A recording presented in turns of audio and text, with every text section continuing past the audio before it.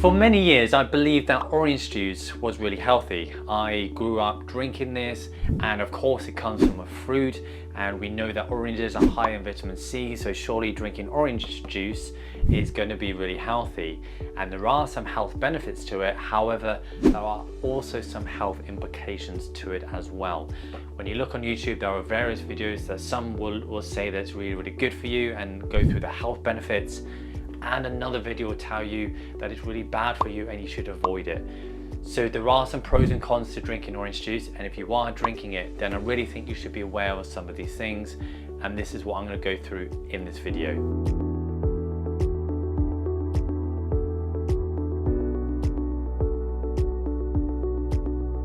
So in general, you have three types of foods. You have unprocessed food, which is basically your raw food. This is going to be things like fruit and veg.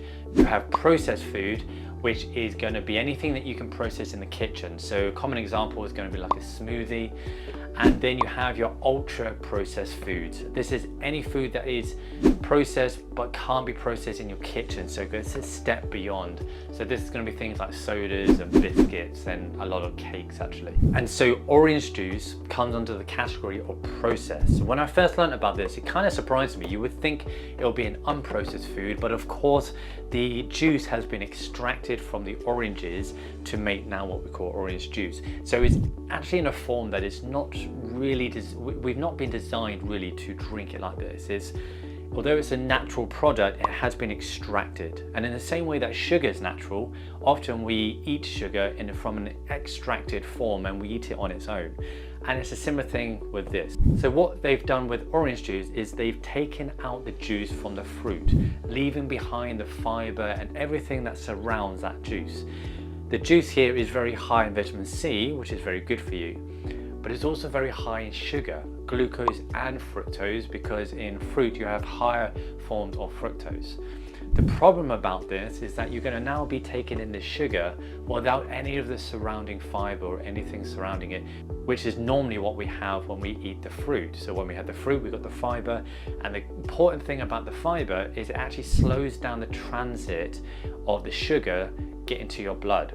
So you have less of a sugar spike.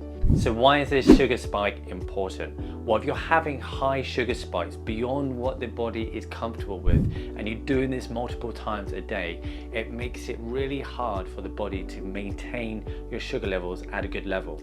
So you need enough sugar in your blood, but you don't want too much. And so if you're challenging the system too much, what can end up happening is that you end up having fluctuations in your energy. So you can have very high energy and then a mid-afternoon slump where you just suddenly feel really tired. And if you're doing this all day, every day, then you're going to struggle with energy. This is also going to relate to struggling with focus and concentration, and also make you more susceptible to certain diseases in the future. So ideally, we want to keep our sugar levels at a good level and not spike them. And unfortunately, this is what orange juice does.